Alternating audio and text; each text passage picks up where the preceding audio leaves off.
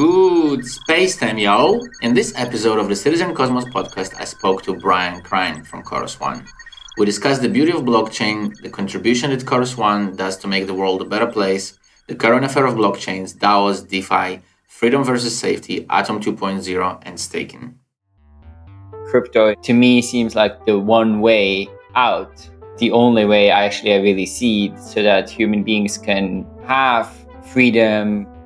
Governments don't like to lose control and power. And in the end, if you give more power to individual, that just means less power for governments. And so I think that kind of clash is something that's going to be ahead for us.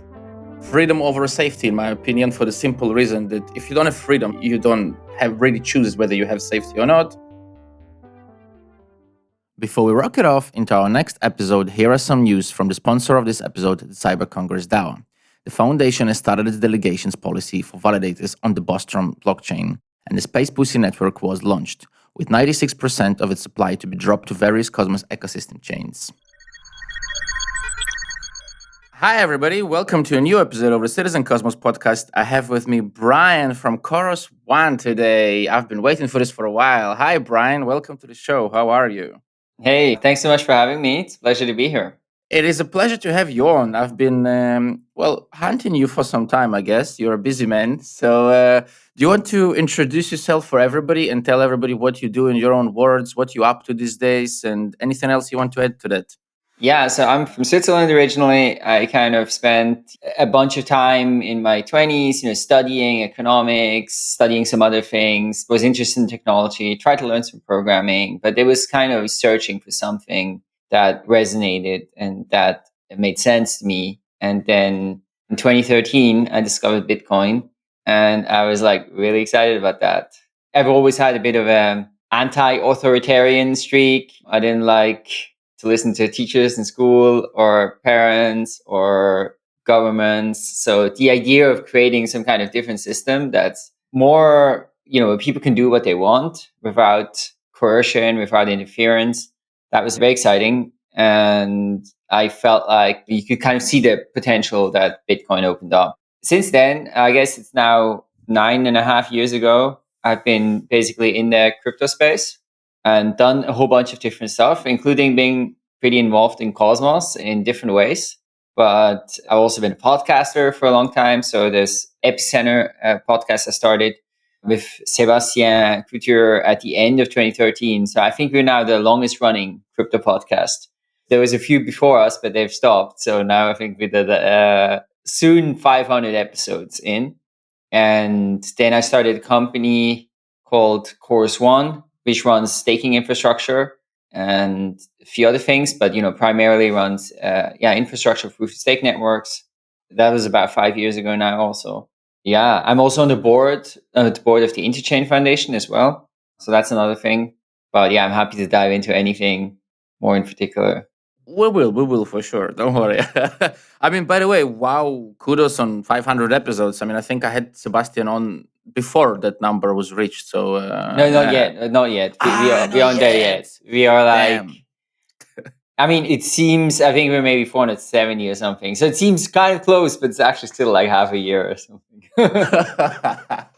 I have a first question for you, though. I mean, you gave a very good intro into what attracted you to the blockchain industry. I mean, and it's a very honest intro, right? You said, I was a bit of an anti-authoritarian back since I was a kid, and this attracted me. What motivated you to stay in the blockchain industry? What made you stay? I mean, 2013 is roughly, I mean, I joined a bit before, but I mean, I remember the industry. It was not pretty. So still not pretty, but what made you stay and start all those companies, whether it was Chorus One or whether it was anything else? I mean, I still want to talk about Tendermint, of course, with you. Let's start with that. Yeah, I mean, what made me stay? I mean, first of all, this original idea of creating a financial system that's, open and peer-to-peer and permissionless and beyond the reach of government, being able to have currencies that are not, that kind of programmatically managed, have things like DAOs. I think all of that stuff have privacy, for money online.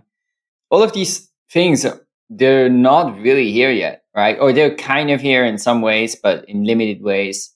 So it still feels like pretty early, right? And at the same time, we are seeing increased censorship, AI, and governments are increasing their reach. I think rights of individuals are getting like undermined in many places, whether that's in the US, in Europe, in other places, there's basically no rights, like let's say China.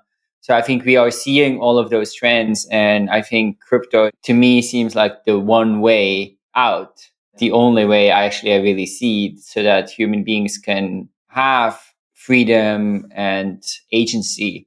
So well, yeah, one question is like, why have I stayed? It's because we haven't accomplished the things we're set to accomplish, and they feel just as important, if not more important today than back then. And I find it rewarding to work on those things. Of course, there's also the factor that it's like an exciting industry to work in with lots of opportunities, and everything's new. So you can create things and you can build things, and that's exciting. And of course, at this point, I'm also have a lot of, basically my entire career has been in this crypto industry pretty much. So I know lots of people, I know quite a lot about it. I'm much more able to add value here than I would be in some other industry. Exciting is the perfect word for the last few days and Yeah. for the last 10 years, to be honest. But Yeah. I have a bit of a tricky question for you from what you said. And I must say, I did forget to warn you. I did say to every guest that I like being a bit of devil's advocate. I like that. Okay, good. So, how do you think you mentioned really important things, at least to me personally, and I'm sure to a lot of people, like privacy, censorship? This is the things that really resonate with me. And you said that those things motivated you to stay. And the question is this, and this is a bit of devil's advocate question, well, or a tricky, whatever. How do you think you help to solve those things with Chorus One and with everything else that you did during those last 9.5 or 8.5 years? You said, how did you contribute to that? In which ways? For you personally, did it solve something? In terms of, like you said, privacy, censorship, do you think that Chorus One and Tendermint and everything else you've been contributing since then, because those things you said attracted you to stay, and those are still things important to you, do you think you changed them a little bit, moved them somewhere, even by a millimeter? Yeah, I think so. I mean, I think first of all, for the podcast, I guess the main thing we do is education, right? Just like you, right? We interview people. So we have done, many, many podcasts about these kind of topics and are able to communicate those ideas. And so people learn about them.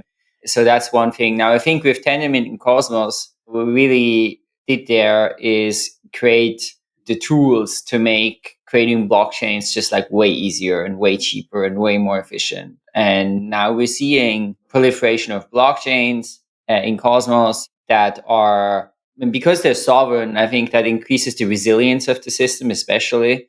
And if one shut down, another one can be created. And of course, we're also seeing various blockchains that are directly trying to address issues around privacy.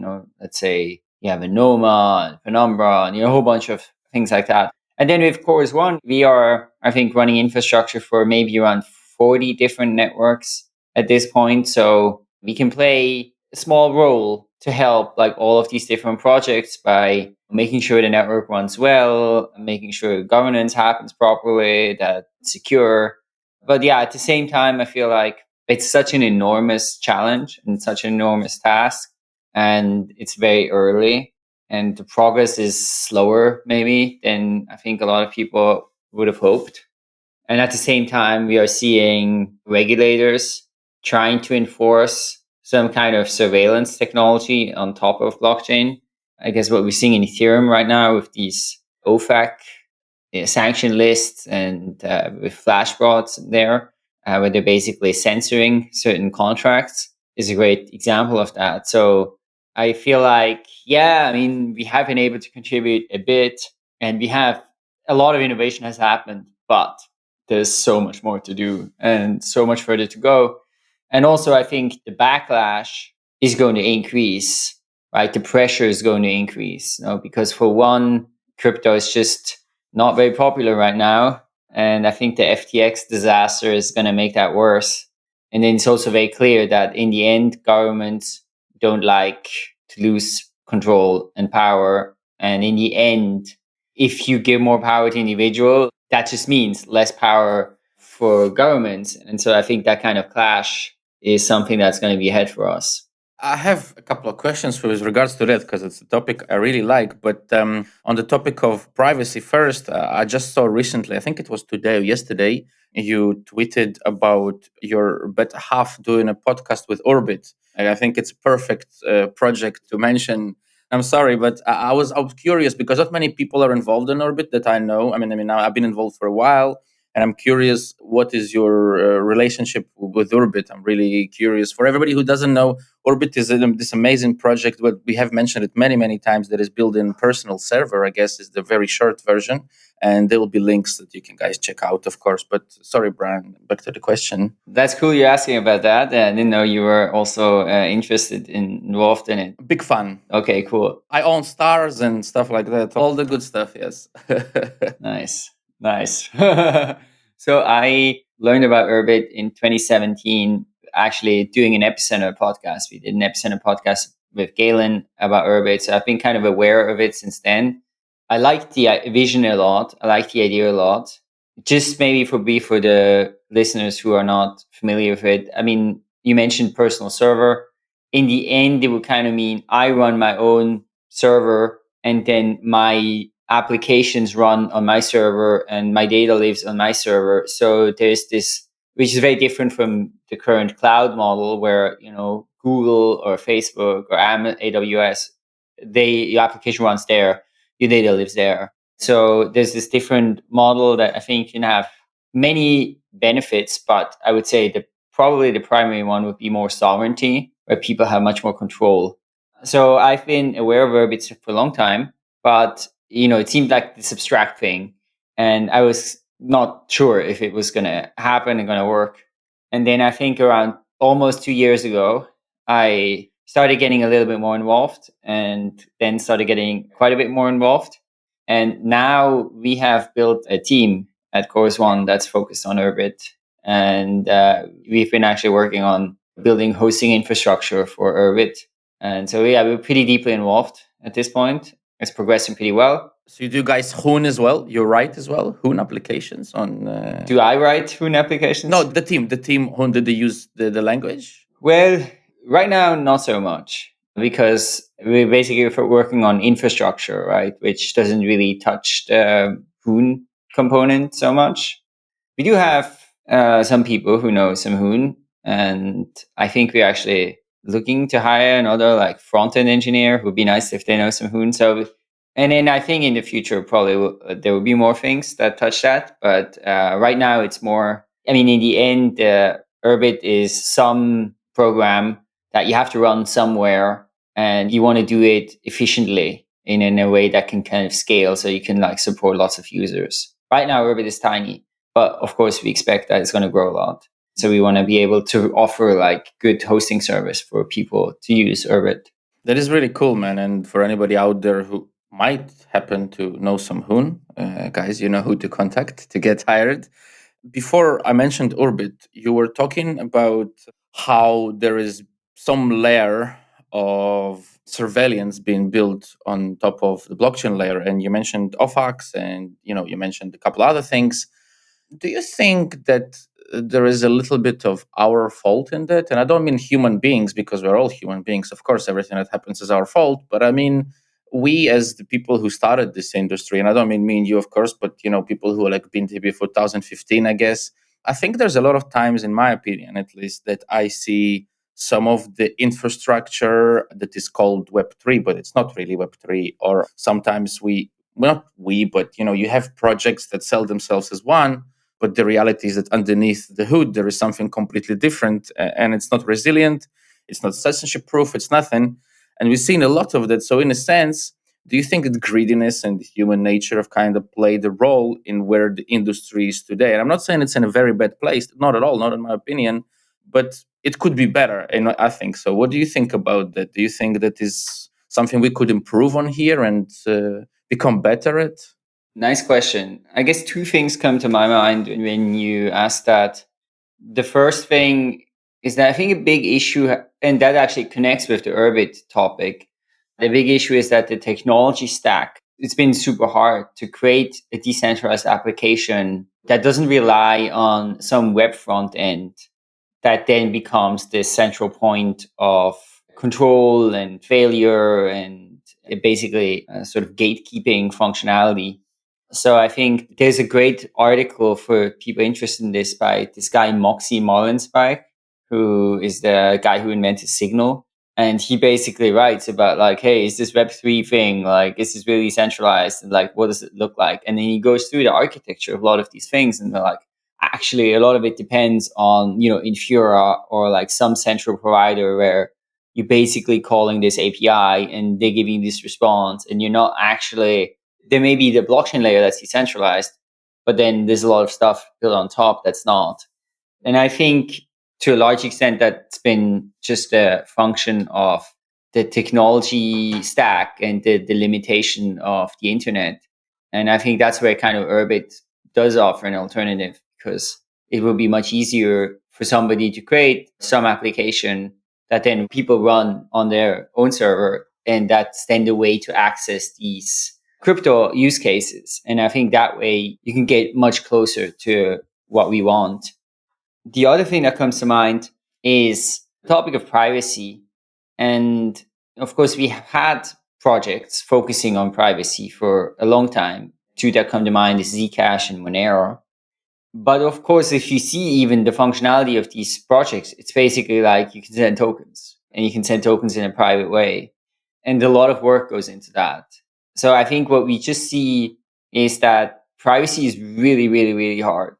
And if you see all of these use cases, people are building DAOs and DeFi and all of those things, if you add the constraint on top that, okay, because it also needs to be like privacy preserving, I think that's just so hard that I just don't think that was a viable option, really. I think you had to do it this way, basically, sort of just go ahead and build it. And then at the same time, there are people, of course, focusing on the privacy, and it's going to get better. And then hopefully we can add more privacy features over time. But it's concerning because at the same time, right now, privacy is really, really terrible. And if you're using blockchains, you have to kind of assume that maybe all your data is going to be, I mean, you almost have to assume it's going to be public, or like it could be. And that's kind of scary, right? Because the information is there. People will be able to go back in time, figure things out. Governments could very easily use that to track people down. Tax compliance is really hard to file your taxes properly in many places, because let's say if you have every time you buy an NFT, you do staking, you make a crypto transaction, it's a taxable event, right? At least depends on the jurisdiction, but it can be the case. And then to go and file this at the end of the year is just can be like impossible even, or nightmarishly hard. So I think what you're going to have is a huge amount of crypto people who are just not filing their taxes properly, even if they may have the right intention to do so.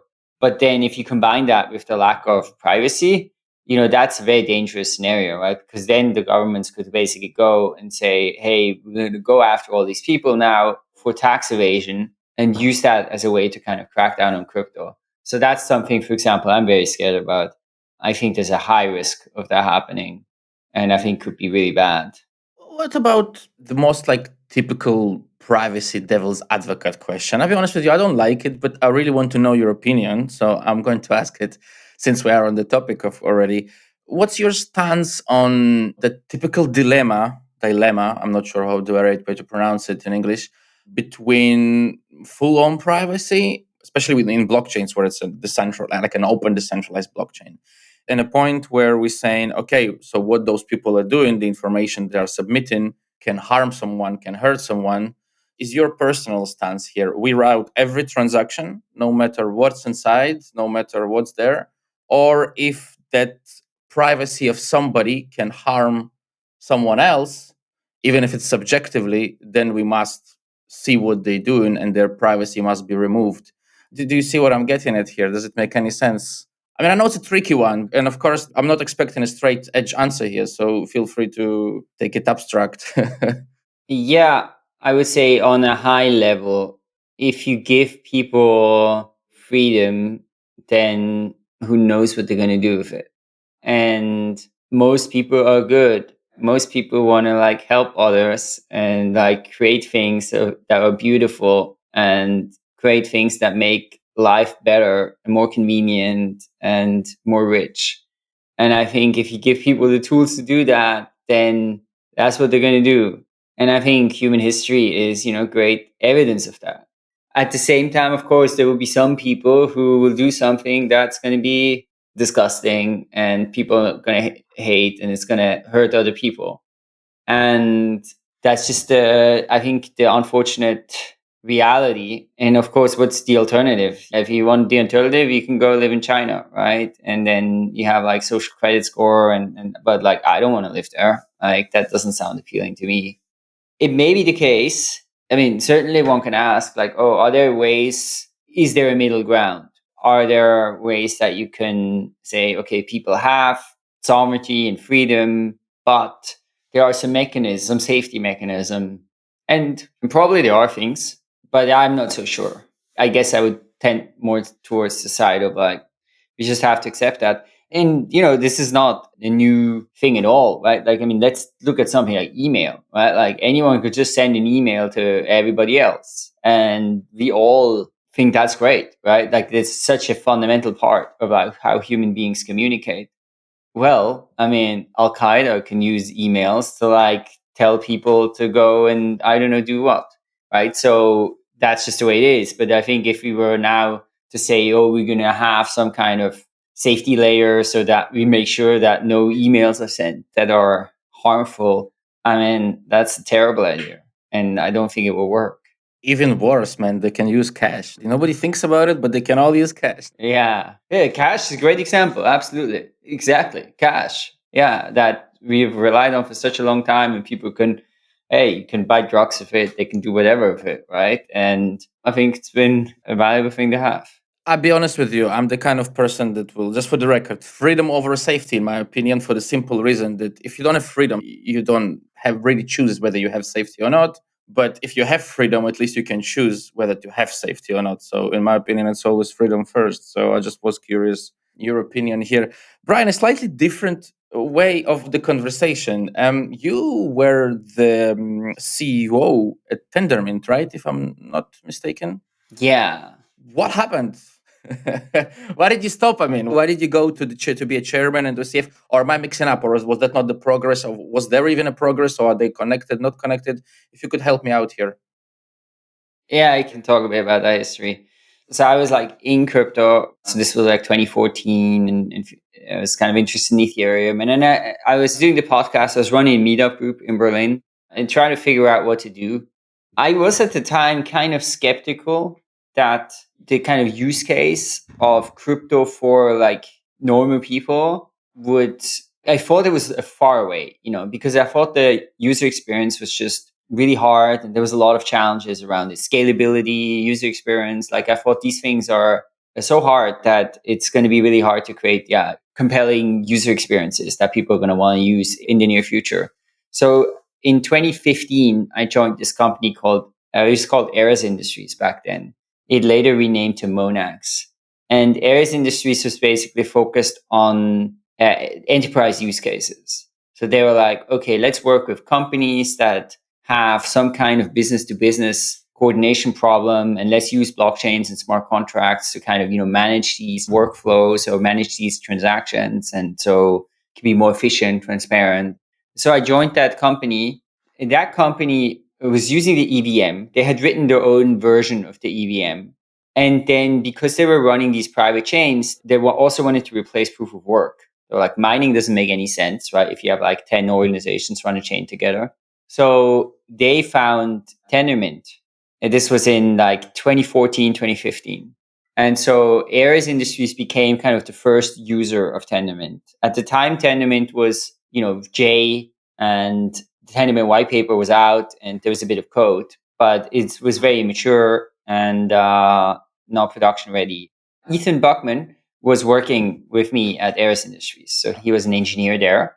And then Ethan started contributing to Tendermint, basically getting paid by Ares Industries to say, let's accelerate this Tendermint thing, make it mature. So I kind of knew Tendermint since then. When I joined Ares Industries, as it was 2015, I guess, I gave a talk at the meetup I was running in Berlin about Tendermint. because I felt like, oh, it's pretty cool. I remember Jay was like dialing in from like San Francisco to watch the talk. And then I was working for a while in this kind of enterprise use case thing. The next year, Ethan left and to join Jay full time. So he became the sort of co-founder in a way of All in Bits, or yeah, he joined Jay's company the year afterwards. And for a bit, both of them, Ares Industries, or they had renamed to Monax at the time, I think. So Monax, as well as Jay and Ethan, were working on this kind of enterprise use cases. And they were trying to raise VC funding, but that didn't work out. And then they started working on the Cosmos white paper. And I didn't feel like Monax was going somewhere. So I didn't enjoy that much working with these big companies, and there was some other issues, so I decided to leave. And then I was like, okay, what do I do now? So I was speaking with a few different teams, but of course I knew Jay and I knew Ethan well, and I was familiar with Tendermint. I liked the Cosmos vision. And so I traveled to San Francisco, I think end of 2016, and spent a bunch of time with Jay and then joined them. I think at the time there was Jay, Ethan, Pong was there already. Then I joined around the same time as Ethan Frey and Anton, I think too. So I think it was something like this. And then then basically from like January on, I was like the COO. I was as the only non-technical person there, and started doing things like, I remember we didn't have like a call. There was no call. It was only chat. Nobody was ever speaking with each other. So we started doing some calls, and then hiring, and then there's the Cosmos fundraiser. So like help with that, and helped kind of through that year to grow the team. So we grew from maybe 5 people at the start of the year to I think around 40 people at the end of the year of 2017. And so I was kind of there and helping. And we also opened this co-working space, blockchain co-working space in Berlin called Full Node, together with the Gnosis team. So I was quite involved in that. Yeah, but then, as you know, and as everyone in Cosmos, I think at this point knows, there were some issues. It was a big organizational mess. There were, different types of issues. I think one issue was Jay didn't really trust people much. So there was information was often like not accessible, and Jay and Ethan didn't get along so well anymore. And there started to be a lot of dysfunctionality in the organization. And so I also felt that I wasn't really able to work that effectively anymore in it and contribute effectively. So then at the end of 2017, there was DEF CON in Cancun. And so we went there. And afterwards, there was kind of a Cosmos retreat in Playa del Carmen, just near there. So it was mostly, the team, but there was a few external people as well. And including Meher Roy came as well, who was my co-host at the Epicenter podcast. So he also spent some time there at this Cosmos retreat. And, we kind of like talked then, and then basically decided there to, start the Course One together. For a little bit, I was sort of continued working a bit at Tendermint. And then I think I left fully in maybe February 2018, around that time. I mean, the thing was also, you had this Cosmos white paper, and in the Cosmos white paper, the network is described, right? And it's described that, there's going to be these validators, and these validators are going to have this important role. They're going to check the transactions are valid. They're going to create these blocks. They're going to check the other validators' blocks. They're going to vote in governance. They're going to have this crucial role to make sure the network functions.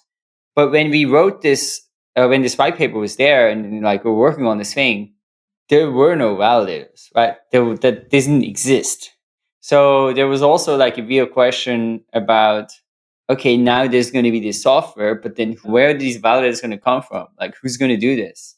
It wasn't like obvious that there would be lots of people or lots of entities that would do this. Or maybe it was obvious to some people. It wasn't like obvious to me.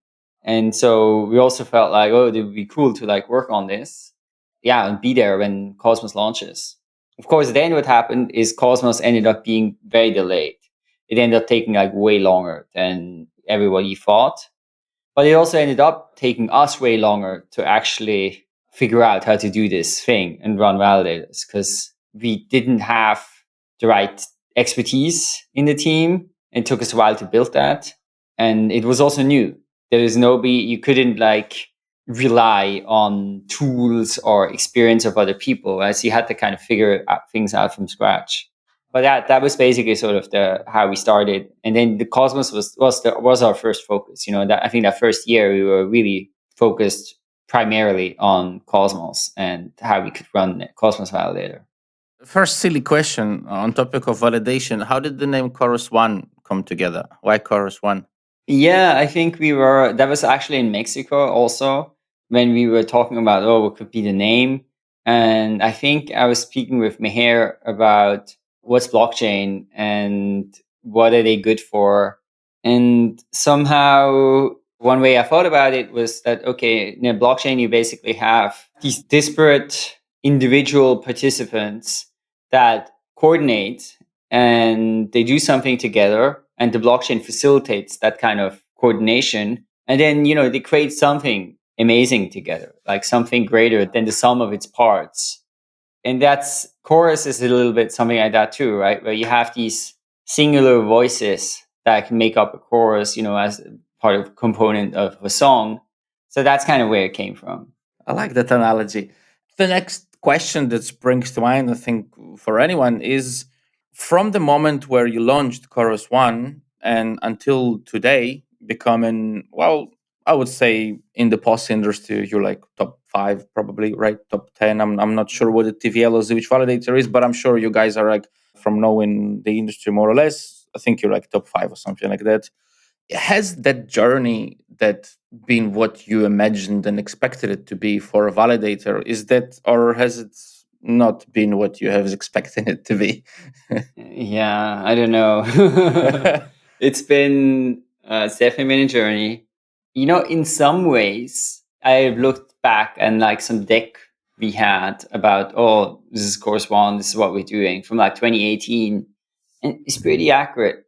It actually pretty much reflects how a lot of things have turned out. But at the same time, our path has not been straight forward at all, I would say, because we also just did a lot of other things. Besides running validators, we started a lot of other types of projects and work, explored other ideas, but we continued doing staking and validation. And staking validation has grown, it developed very well. And some of these other projects went in different directions, did different things.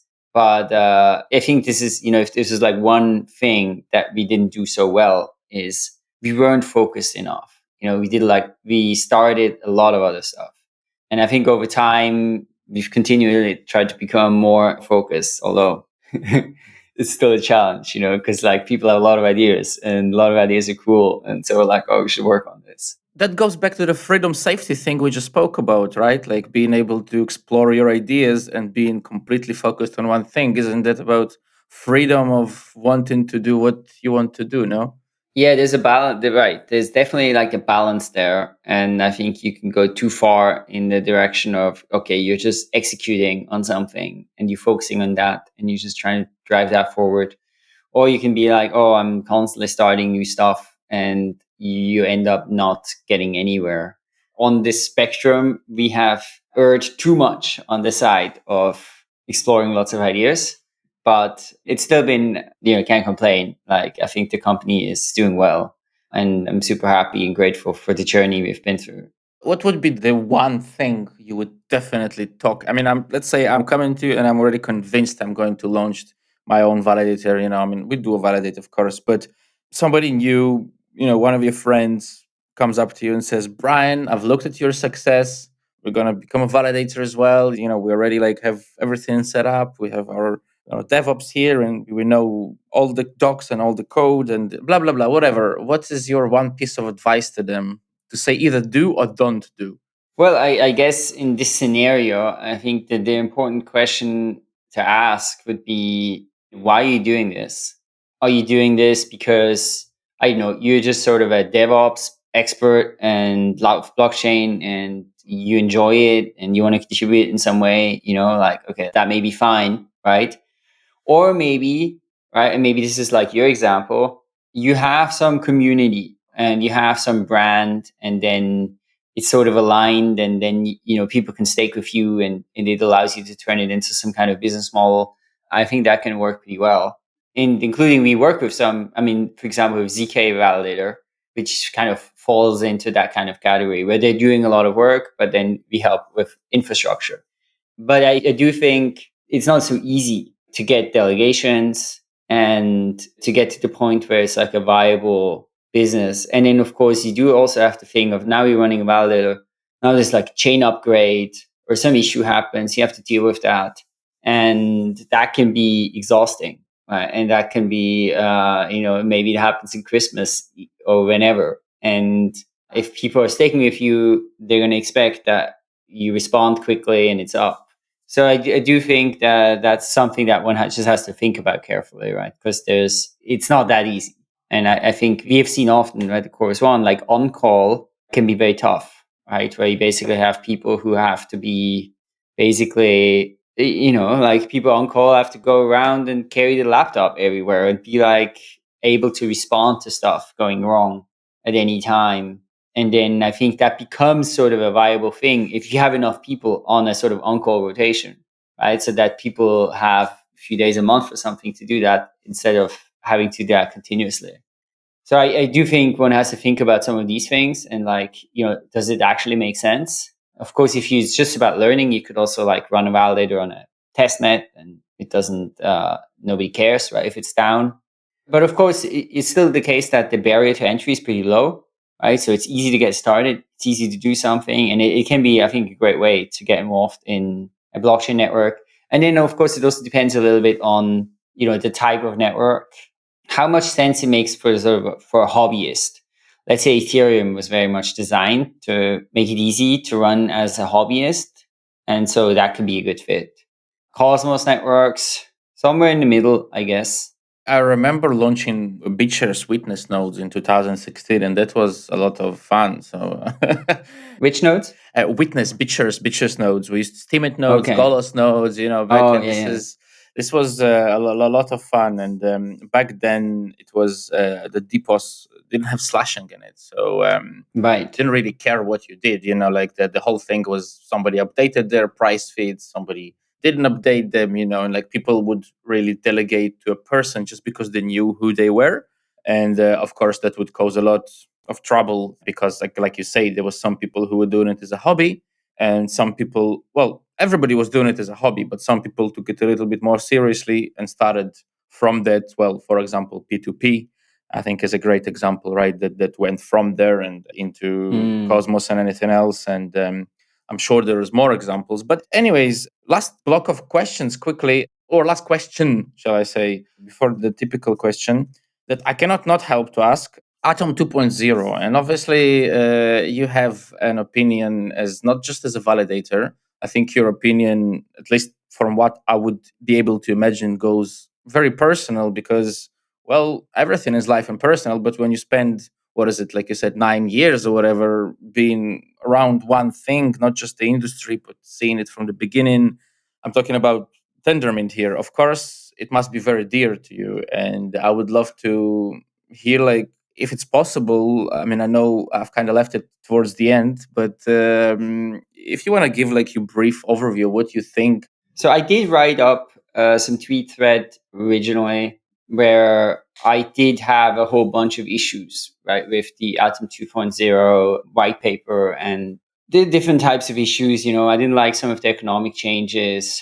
I especially disliked also having to vote on the entire white paper, because I felt like, okay, some things, like, what are you voting on? If it's not like a concrete change and if it's just like big paper of like a lot of different stuff, it makes it kind of a challenge. Now, they have we did a podcast with Ethan and Zaki on Epicenter. I did a podcast with Sebastian, his podcast together with Jay. I had some discussions, with different people about it. And they ended up making a whole bunch of modifications to it. And as Chorus One, we did vote in favor of it. And I would say I feel I think on balance, I'm in favor of the Atom 2.0 thing, but like I feel mixed about it. I still feel, for example, that it's too much stuff in there. Like some things like this interchain scheduler, which seems to be like a super early, potentially interesting idea. What's this point it makes to like vote on this? I actually had some discussion with my wife about it at one point when I was trying to explain it to her, because she's also kind of interested in Cosmos, but doesn't follow it so closely. So I was trying to explain to her this thing, and then she was saying like, it sounds like there's a whole bunch of different people who've been working on stuff, and then they created this white paper to sort of like put it all together and then try to arrange it and say it's a coherent vision, which I'm not totally sure it's really that much of a coherent vision, as it's like, a big list of like stuff and changes to come to Cosmos.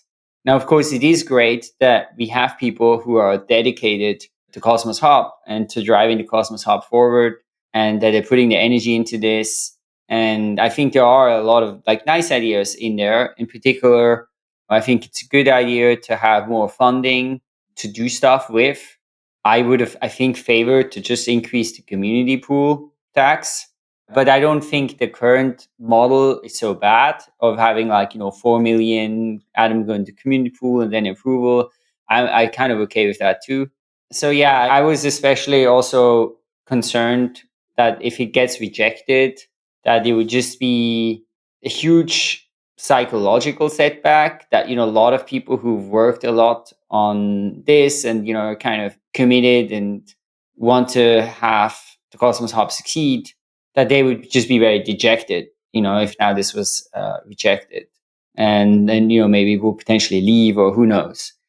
So that's kind of some of my thoughts. But I guess our expectation is, there's going to be a lot more votes coming in the future where we're actually going to talk about, concrete changes and concrete issues. And I guess it looks like it's going to pass now, although it's still not totally clear, right? Because I think it's actually not, the stake is, it's, I guess, not that, it's reasonably close. You only need 3% for no with veto, right? And there is still a lot of validators that didn't vote. And I mean, there's Sika, there is Paradigm, which I'm probably going to vote yes, but Sika, I'm not so sure. I'm not going to speculate anyways, but right. Of course, there is still, I think, room for it not to pass or to pass. I think my biggest like comment that I will make, just to, I know we're kind of running low on time, so is that well, I kind of agree. What you said in your thread about voting for the whole thing was exactly my comment in the forum discussion. Was one of my very first comments in the thread was to say, hey, why are we voting on the whole thing? That doesn't make any sense at all. Even if I was in favor of every aspect, I want to be able to analyze every aspect. And but yeah, I'm not saying against or in favor. We still haven't voted, still processing it as well. Yeah, big topic. Brian, quick blitz before you run away. 3 projects outside of Cosmos that you're interested in, technologically, of course. I mean, definitely Urbit would be one of them. You're opening CoinGecko, aren't you? This is what I do when somebody asks me that. This is what I do when somebody asks me that. I'm like, I don't remember any of them. What projects? Yeah. No, I'm opening our website. So I was checking if there are any other networks. Like this is a tricky question, but yeah, let me go to CoinGecko. Let's see. It could be just Orbit. Orbit is good. It's good enough for 3. Come on, it's Orbit. I mean, Urbit, I would say I'm pretty interested in, there's a project called Ukbar, which is kind of blockchain top of Urbit related. I think that's interesting as well. They're using like ZK rollups, and there's some interesting synergies between that and Urbit. What else? Doesn't have to be 3. Yeah. So I can't think of another one right now.